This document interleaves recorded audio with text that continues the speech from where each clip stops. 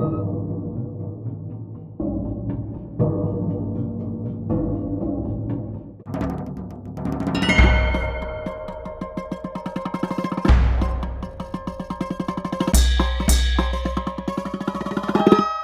there, my name's Vince, I'm a composer, and in this video I'd like to talk about making my own sounds for film scores.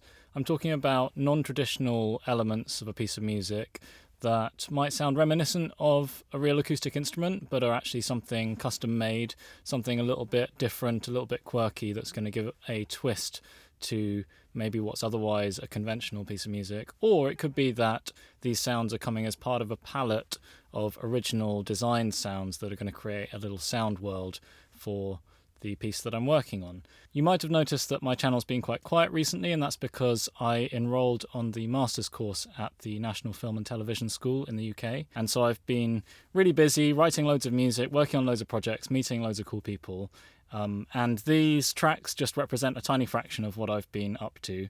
So I hope that you'll enjoy the video. If you stick around to the end of the video, I'll be giving an overall summary of my 12 fundamental principles of musical sound design, the kinds of things that guide me when I'm creating sounds. But for now, let's just jump into the first example. So one of the things that we do here on this master's course is just score a lot of clips, some of them from the filmmakers in the school, some of them from commercial projects, which we just do as like practice. So this is one that I did based on a clip from the remake of Solaris. It's kind of a moody sci-fi, a little bit cerebral kind of track.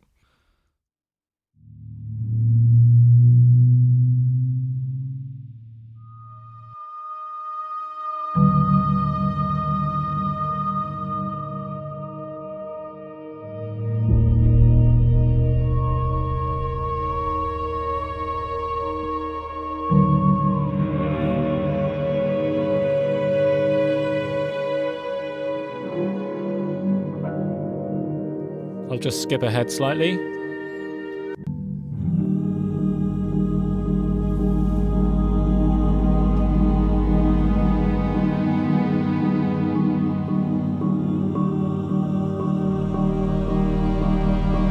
And I'll skip ahead again.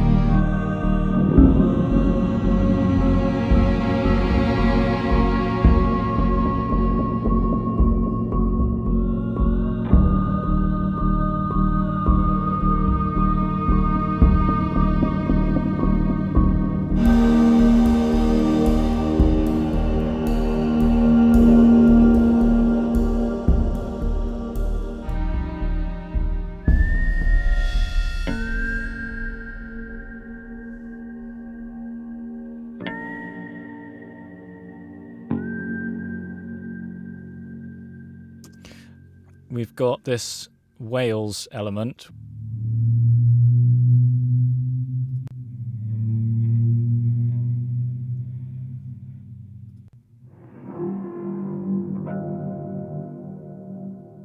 So these sounds are in fact coming from my bass guitar. I was using a friction mallet, which is essentially a bouncy ball on a stick.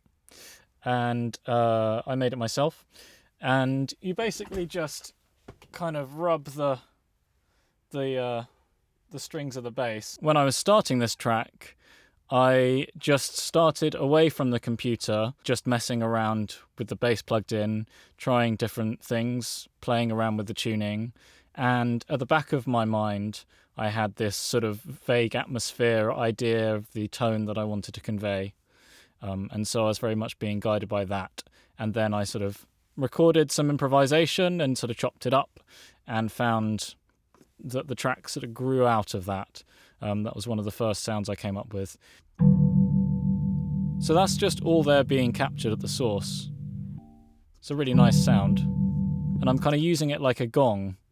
I think I'm just hitting the mallet at the bridge of the instrument there, and I've kind of detuned the strings so that they're really resonant. Seems like this one was recorded at the original, left at the original pitch, but sometimes I'll tune the element so that it's in key with the track.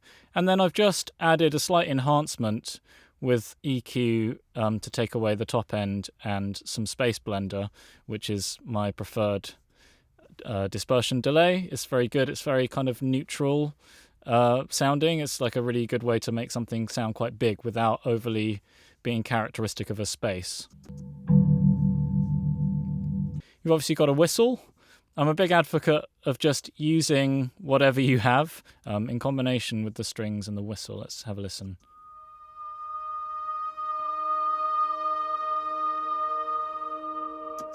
So in this context, you wouldn't even necessarily hear it as a whistle. But what I like about using a whistle rather than like a synth or something is it adds some additional element which sounds quite imperfect and quite fragile. Let's have a quick listen to this pulsing element.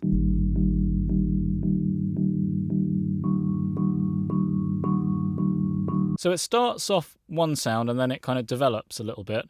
So the main sound is, again, me hitting the bass and then just looping it. I'm using a very perfect sort of copy-paste looping technique to create something that almost sounds like a synth pattern, but because it has that live recorded element in it, it still has this kind of imperfection to the sound, but it's also very consistent. A couple of elements come in. We have this sound,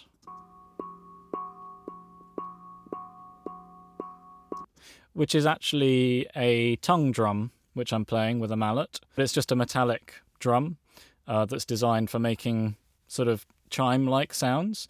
But if I didn't have that in my studio, I could probably use something like a wine glass or just like a salad bowl. So the two pitches, if you listen to the combination,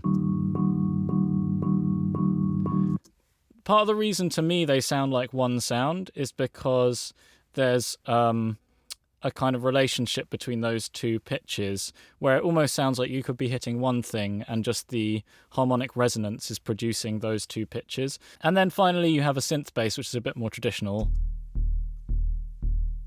on a sort of Juno-like sample. It's basically trillion, and altogether they sound like this. While I load up the next project, I wanted to say something about just the joy of making these kinds of sounds from scratch and why I do it. And well, it's one of those things that I've just noticed myself doing more and more of the more experience I've gained and the longer I've been writing music. And it's not to say that there's anything wrong with using preset sounds. It's just that there's a particular mindset that I find myself getting in when I'm creating sounds from scratch and embracing the sound design process as part of composing that helps me really stay engaged and stay in the flow, and just I generally find it leads to more interesting results. I wouldn't say that it's about not trying to sound like anybody else, because even the weird stuff, you know, somebody else has done it before. I mean, it's pretty hard to make sounds that have absolutely no precedent whatsoever. And also, I don't mind sounding like other people as long as the music's doing a good job and has a beauty to it. You're able to kind of dial everything in at every stage of the process. Dial it into the sound that's in your head, or maybe just dial it into the particular emotion that you're trying to convey. And that can really start at the level of sound design. It doesn't have to just start when you're playing in melodies and harmonies. So this is a cue that I did for a documentary project here at the school from one of the documentary filmmakers. And it's about a aging sort of ex-rock star who's reflecting on various things to do with his past, including some quite traumatic experiences, but also some warmer experiences of community.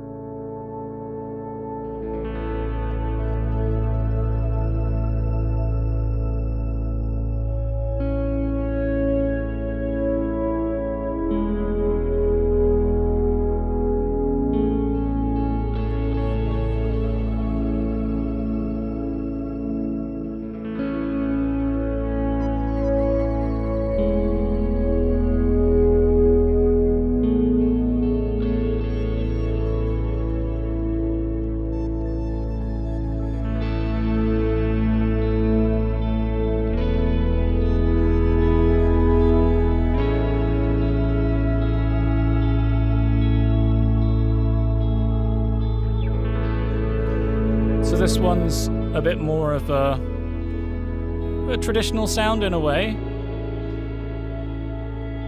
It's more guitar-based.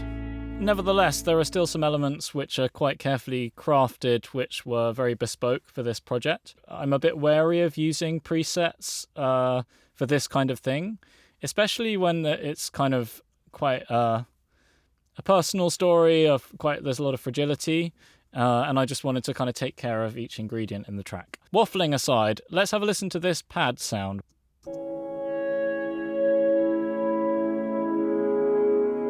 And if you've got good eyesight, you might have spotted the region name, EBO. These sounds were made using a device called an EBO, and it looks like this.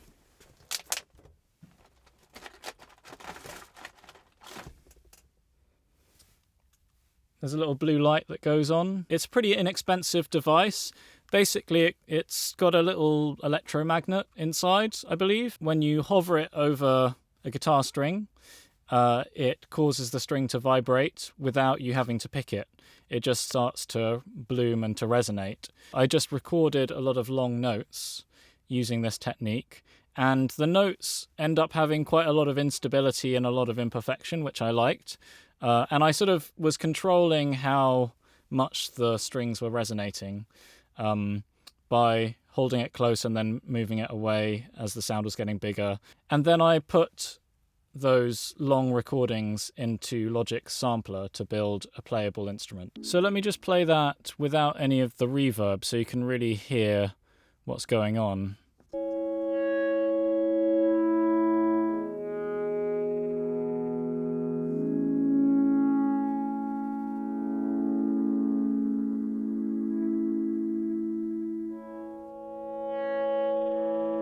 So you get, as you can hear, a lot of weirdness, a lot of imperfection. I'm sort of semi in control, but the notes have their own dynamic curve to them, so you end up with a kind of controlled chaos. Then you have this sparkly layer, which by itself sounds like this.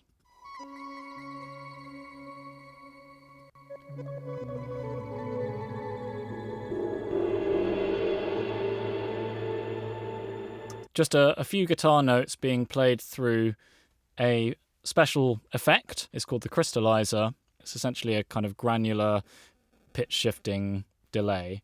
So this is an example of a sound where I'm really embracing the sound of the processing.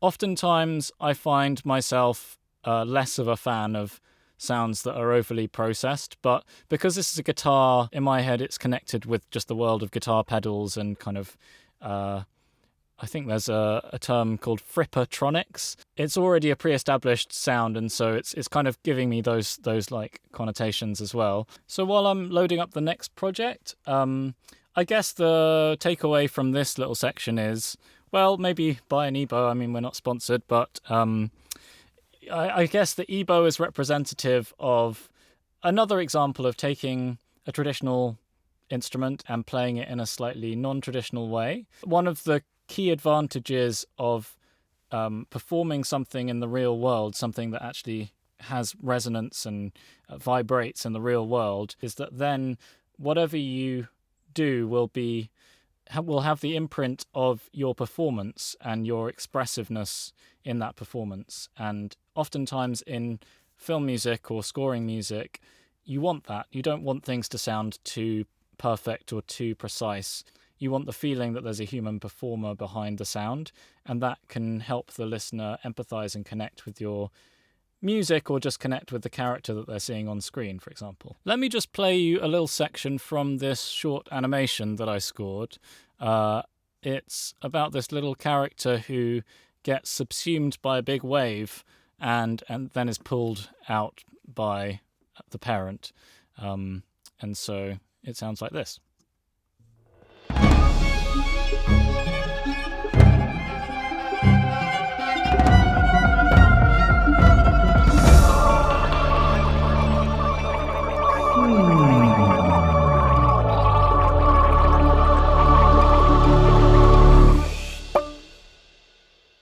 So in that sequence, there's one sound that I'm particularly proud of, and that is what I've called the daddy vocal. Sounds like this.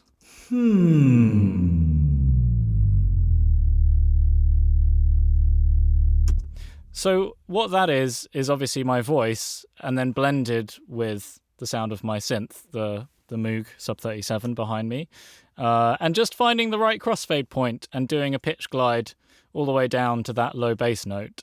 I don't know, something about the infinite depth of that voice and the kind of sense of like reassurance of an older person when you're a small child and you hear your dad's voice coming through as you have your head on his chest, you know, that kind of resonating sound. So I think part of the reason that blend works particularly well is because I've chosen to blend it with a sound that is very simple, and sine waves are particularly good for this, or in this case I think it's a filtered sawtooth wave, but it doesn't really matter. You can often blend sine waves in with existing material and have them sound like part of the resonance of whatever is being played. They just have a character of not drawing the ear too much compared with a more complex wave. There's something really nice about using your sound design skills to create that little excitement of like breaking the laws of physics in some way, or just creating an impossible performance. So the next little piece of music I'm going to share is a rescore of a clip from one of the Bourne Identity films. It's a good example of the benefits of stepping away from my computer and just doing essentially some field recording, but with the sort of tone and the emotion in mind that I want to try and achieve, but not worrying too much about where the sounds are going to fit. The studios are enclosed in a big sort of metal structure, and they sound really good if you knock on them or tap on them, and there's some big metal stairs that lead up to the top level.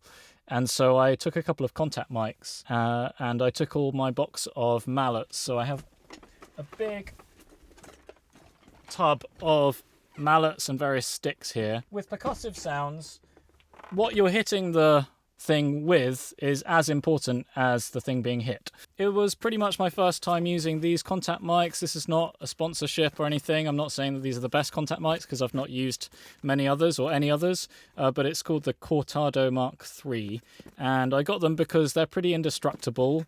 They come in a nice orange box. They also come with this little preamp kind of thing, which means that you can operate at a slightly lower noise floor. And the contact mic itself looks like that. And then you can see there's a bit of blue tack type stuff on the back, so you can stick it to things. Or you can use some small clamps, which is, I found actually often produces a better result, is just to clamp them to things. And so anyway, I was tapping away and I had a metronome as well, so I was trying to create pulses and essentially give myself a toolkit of sounds that I could then use when I sat down to compose. Let me just show you briefly here some of the sounds.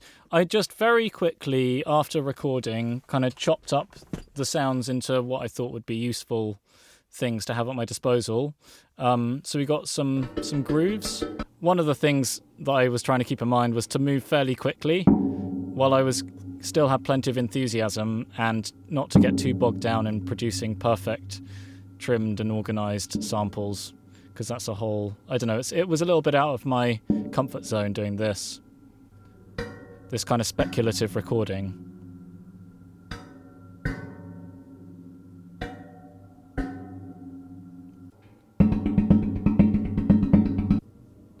This is a cool one. I was actually performing the hits on the other side of the building, but the hits were resonating through the structure, and I was recording it way out on the other side with the mics. So you get some really nice natural metallic resonance. So let's have a listen to some of this music.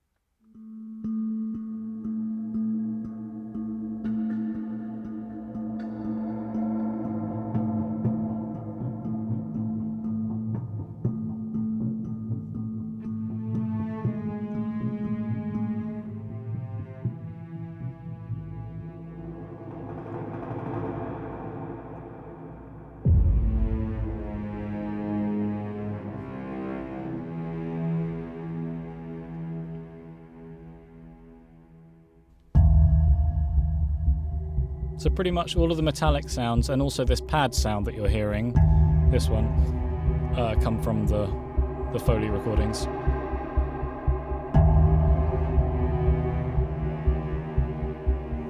Here's some of the cabin perk. with some light delays, but fairly minimal processing, I think. Bit of filtering, bit of tremolo.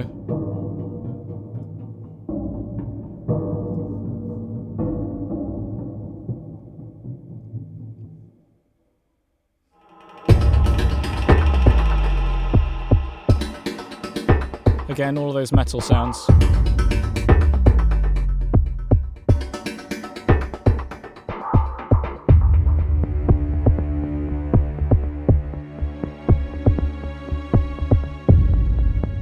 So I'm still using some pre-made samples and sounds. I'm even using a little bit of a cheat here. These are like some just pre-made loops. But on the whole, most of this has been made from scratch. So this sound here, I just have an EQ opening up, acting as a filter. There's a tremolo and a plate reverb. So if I just remove all of that, it's a pretty robust source sound, which is, you know, a lot of the time is a kind of golden rule that I follow, which is to just get it really good at the source. And you'll notice that I just took a little chunk that I liked and looped it. And again, that's another sort of general principle that I follow, which is to know when to copy paste stuff and how much imperfection or humanization to leave in. In this context, I wanted something that was fairly regimented, fairly stable from a timing perspective. Let's see if I flex timed it. Yeah, these are all quantized, but they don't sound processed. You know, that I think I'm a big fan of processing that you can't really hear or you don't hear as processing. And then with the effects,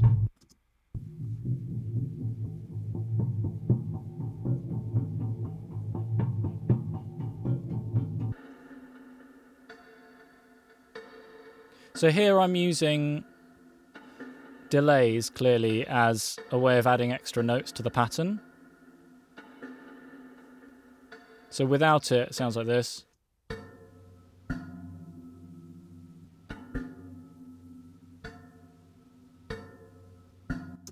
And you might say, like, how did I know in advance what pattern was going to be needed? But I just sort of had, you know, a rough idea in my head of that it was going to be a kind of ticky light tension track. So, you know, you just create a bunch of grooves speculatively, and sometimes it doesn't go anywhere. Part of the joy of this kind of experimentation is the freedom to kind of just mess around, and then you get nowhere, and that's also fine. I think if I thought too much about trying to make everything useful, it would have taken the wind out of my sails a little bit. So this metallic pad sound, which is a really useful sound actually, and it's the sort of thing I might use on another project. As I was showing you earlier, I have this sound library sort of browser thing. It doesn't actually store any sounds, it just points to sounds that are on my hard drive. So it means that I can just drag stuff in if I want to, or I can quickly audition multiple sounds. This is a free one made by the people who make pro sound effects.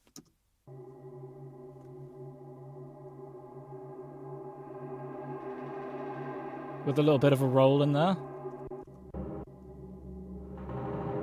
Almost sounds like some huge ship.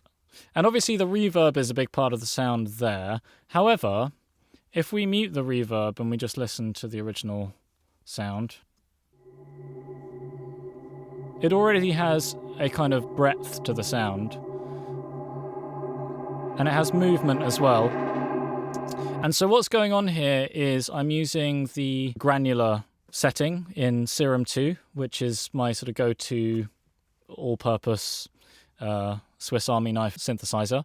And I've just dropped in this cabin stairs sound. This one, I think it is.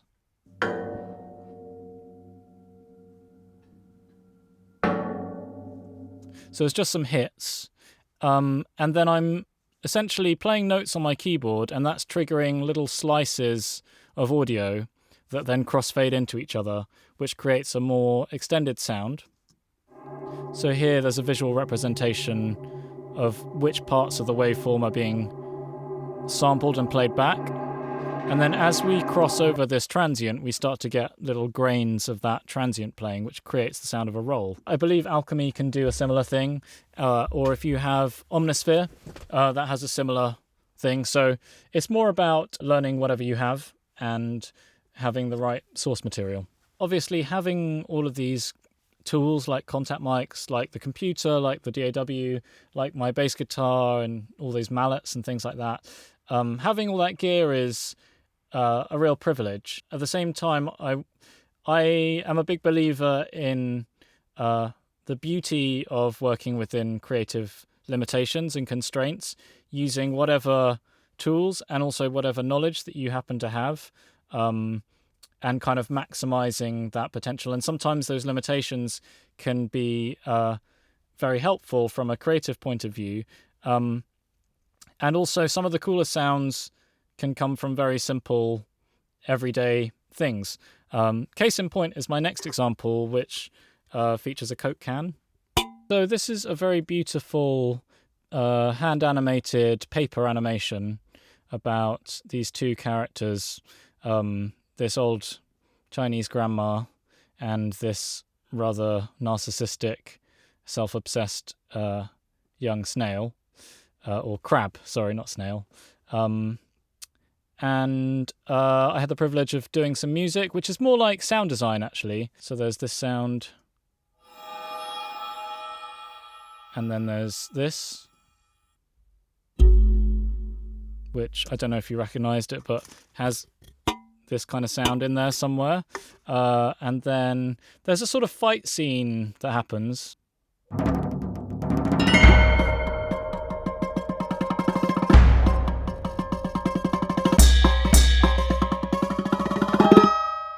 Yeah, I really love this impact sound. Without any reverb, it sounds like this. And this is the Coke can, which I actually did a whole bunch of recording of a Coke can, and I pretty much only use this one sound. That's how it goes sometimes. And then I layered that with another sine wave. So similar to the example we were talking about before, is literally just a pitch bended sine wave, but it really adds so much to that sound. Without it, it sounds like this. With it, it sounds like this.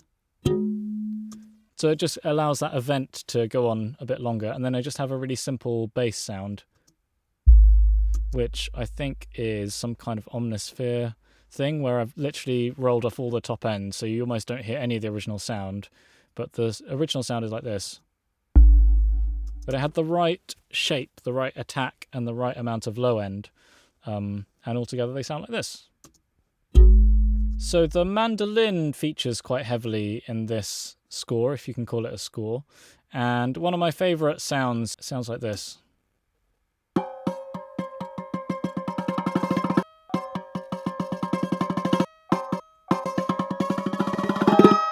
It's another example of the classic take a normal instrument and then find a weird way of playing it. My little friction bouncy ball on a stick came in useful again, and I'm just hitting at the just below the bridge and getting this sound. I can bounce it. Again, with some retuning of the instrument to find the right tones. Also, massively sped up the whole performance without changing the pitch, just using Logic's flex time. So that was part of this longer performance.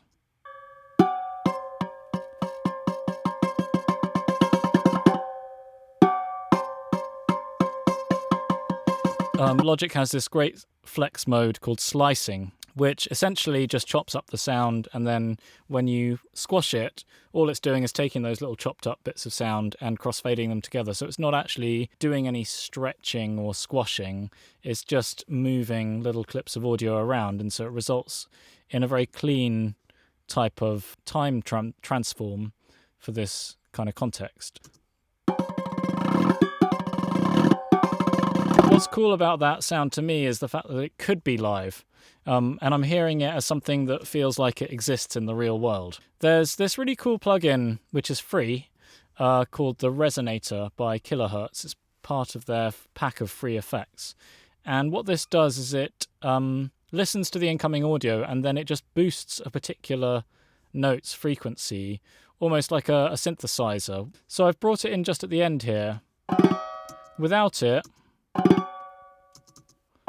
that note doesn't actually exist at all, but with it, it just gives the end of the phrase a little bit more of a sense of resolution. The other thing that is creating a lot of colour in this score is Object, which I've mentioned before on this channel. It's a physical modelling synth.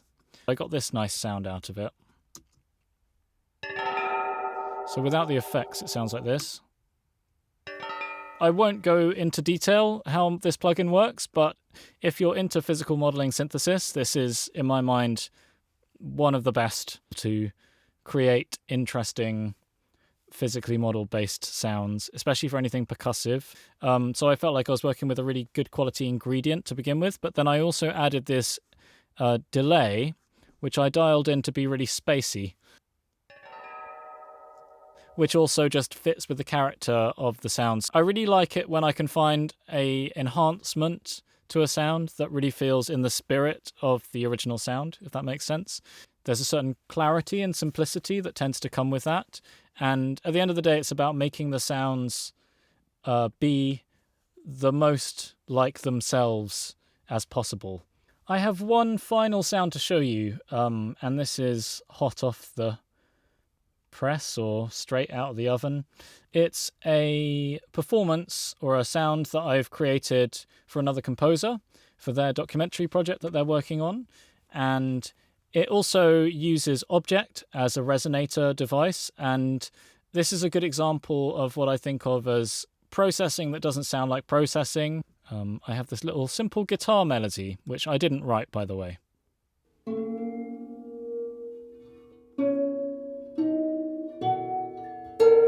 So we have something that sounds like a bit of a cross between a steel pan and a guitar.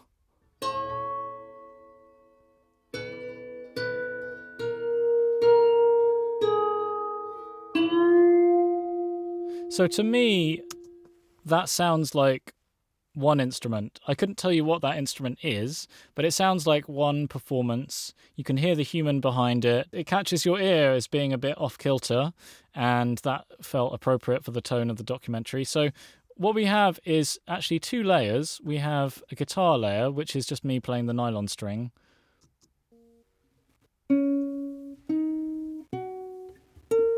And that's providing some of the presence of the sound and some of the attack. And then we also have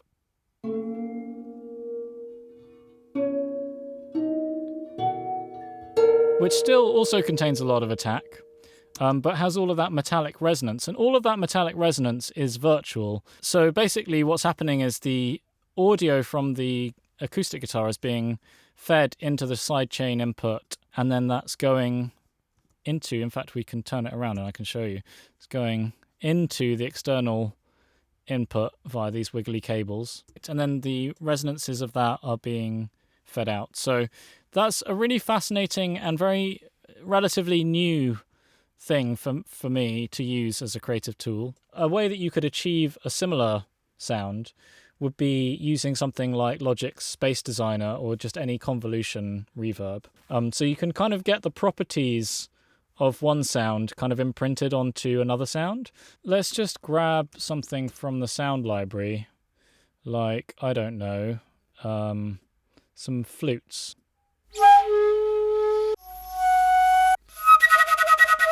Oh, I wonder what we'll get if we chuck that in there.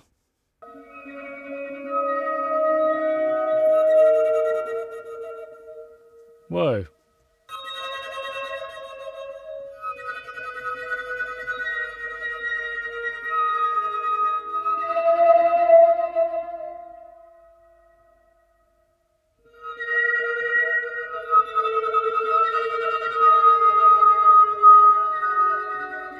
That's amazing. I'm going to remember that one. Okay, so I fear this has turned into a rather long video, but that's okay. Congratulations if you made it to the end.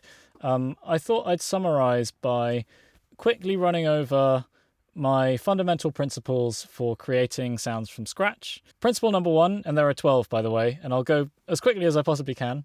Principle number 1 is to always serve the story, infusing every step of the process, whether it's how you're going to record it, what you're going to record, what mallet you're going to use, or what pick you're going to use, or what instrument feels like it just fits this character. Having that guiding everything else downstream is the way to go, in my opinion. Number 2, if it sounds good, it is good. Cool sounds can be found in unlikely places. A sound can be really cool, but if it feels like it's coming from the wrong instrument, or it feels like it should be more complicated than that, or I don't know, there can be all sorts of reasons why we talk ourselves out of using a sound. And really, at the end of the day, just listen, maybe shut your eyes if it helps, and see if it's closer or further away from what you're trying to achieve. Number 3, start with quality ingredients. This is something that I've kind of learned slowly and painfully over the years, is that things go much better for me when I take care of especially the source sound that I'm recording in these kinds of examples. Basically, start with something that embodies what you're going for as much as possible, rather than trying to fix it with plugins down the line, and everything will go well for you. I think the other thing to say about that is not being stingy if at all possible. So, for example, if you do have access to a real piano, you might, even though it's kind of annoying and inconvenient to have to record it, you might want to record that rather than using a sample piano, even if you're going to mangle the sound. Maybe using the real piano will just give you some sort of better performance on the way in, or just give you more control over the nuance and the details. It might just give you more details in general to the sound. Little bits of chaos, little juicy bits of chaos in between the notes, and you hear the player shifting around, and all of that sometimes can be desirable.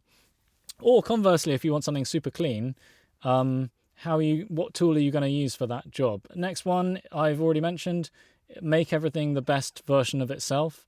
This is just a good thing to have ringing in your ears. It's what guides a lot of my decision-making process. However, sometimes that kind of thinking can lead you off on a tangent, because you lose track of what the film needs, and you just get carried away making cool sounds that by themselves seem really good, but in the context of everything else no longer really fit. So, you've got to be careful with that one. The next one is simplicity and clarity are beautiful. Some of the most beautiful score music is just made up of a few carefully chosen elements with carefully chosen performances and performance techniques and a bit of tasteful reverb, and that's it. And there's a real danger, I think, especially when watching sound design tutorials, to think that you have to stack loads of layers on top of each other. I really like the clarity that comes from finding the exact right little kind of sound, is it, or is it, or is it? There's so many different options, and even though that might seem like decision fatigue initially, I think what you'll realize is that there's always an answer that just kind of presents itself, especially if you're being mindful about what the film needs. Next one is step away from the computer. I mentioned this in the previous part of the video. It's really good for just getting into a different headspace, getting into a slightly more experimental, playful mindset, and making the kinds of decisions that you wouldn't make because you're not being guided by logic.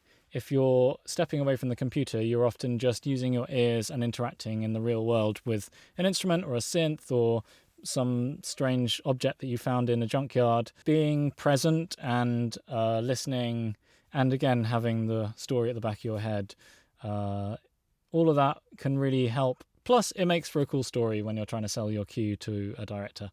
Start with the most important elements and know when to stop fiddling. I think that one speaks for itself. It's easy to, obsess about the wrong things, or to just keep tweaking the tone of a sound when, broadly speaking, you've got it right, and maybe you just need to move on and focus on, getting everything else together before you sort of loop back and do any final bits of polish. And then you might come back and realize actually it's fine the way it is. Use what you have, gear and skills. So this goes back to my comment earlier, if I didn't cut it out of the video, about embracing creative limitations. Easy for me to say, I know, but I really think actually using what I have is still a challenge, and not wishing that I had this or that piece of gear or this or that synthesizer. I keep forgetting and keep remembering the fact that just learning my tools deeply is often the way to go.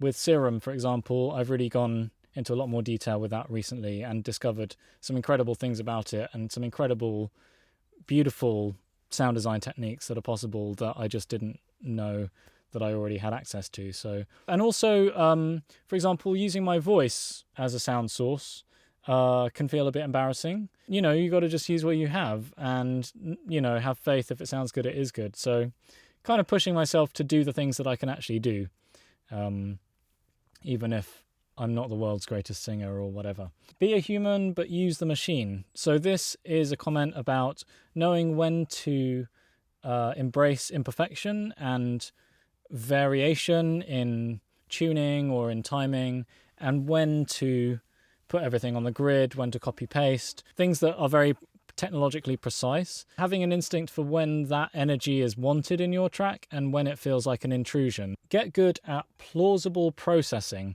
Processing that doesn't sound like processing, which is a phrase that's come up a lot in this video. Things like time stretching, reorganizing phrases of music, or playing things one chunk in at a time and then stitching them together on a timeline.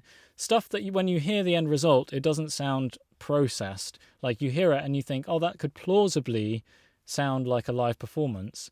Getting really smart and really good, knowing which tools to use and when it comes to those kinds of really bread and butter things like chopping up audio, like repitching it.